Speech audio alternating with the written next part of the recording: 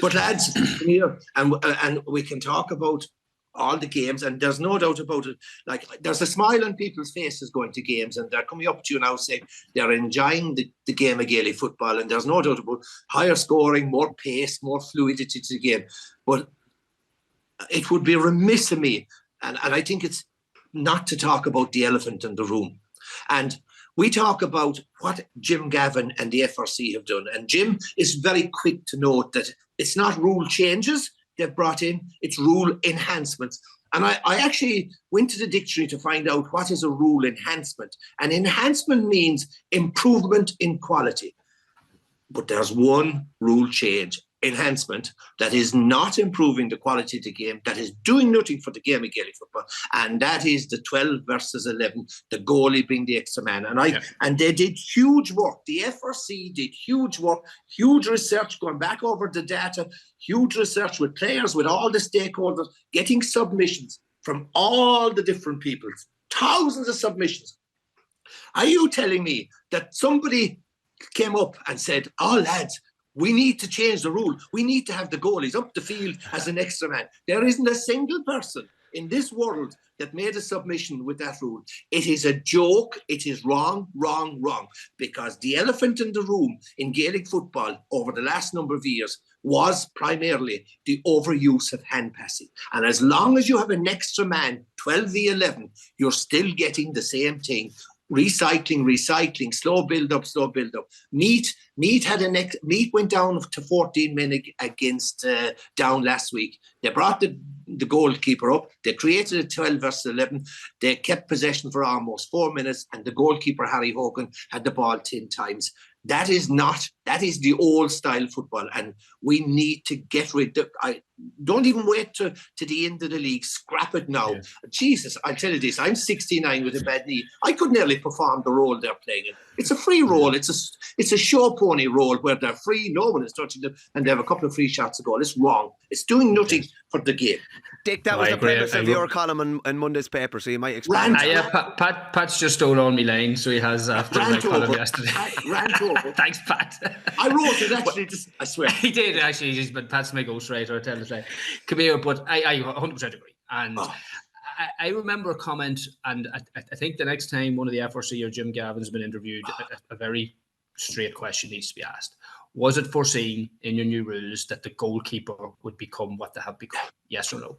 I remember a comment. I can't remember where it was said in the lead up to the provincial trials that about the goalkeeper rule, and the comment was made that the allowance to allow him to come up was in the event that in the last minute the goalkeeper might need to progress and get a score, and it was to not completely limit him, and it was that sort of provision. That's why he was allowed to come up and engage in the place. That when I heard that been said by one of the FRC members, it was a case of right. So there's no way there was the intention that it had happened to what the extent that it has done now, that they're coming up straight away.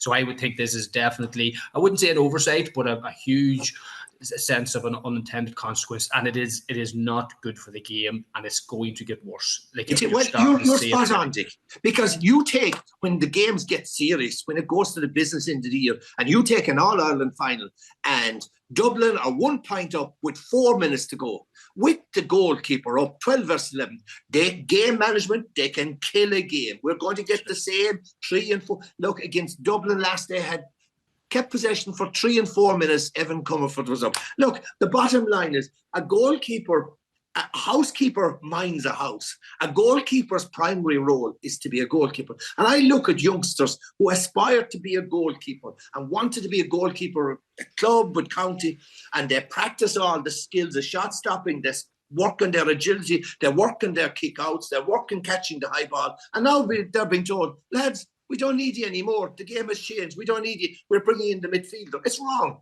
The thing about it as well, lads, is though the keeper is already influential enough in the new rules. Yes, like the kick out is so important now. It's never been more important. And I was looking at, say, even Rory Beggan and Conor Carroll the other day. With the new rules, there's more shots been taken. There's more goal chances. You actually need a good goalie. You need someone who can stop shots. Very, very simple. There were some goals scored at the weekend on what I would say non-traditional goalkeepers playing in the goals, outfield players playing in the goals, that would have been saved by Rory Began or would have been saved by Niall Morgan. And that's a fact. So I just think they're influential enough already without giving them all this license to go up the pitch and whatever. It's changed the game completely. But there's another thing I've started to notice, and if you look at the results, right, in Division 1 last week, Michael, how many goals scored?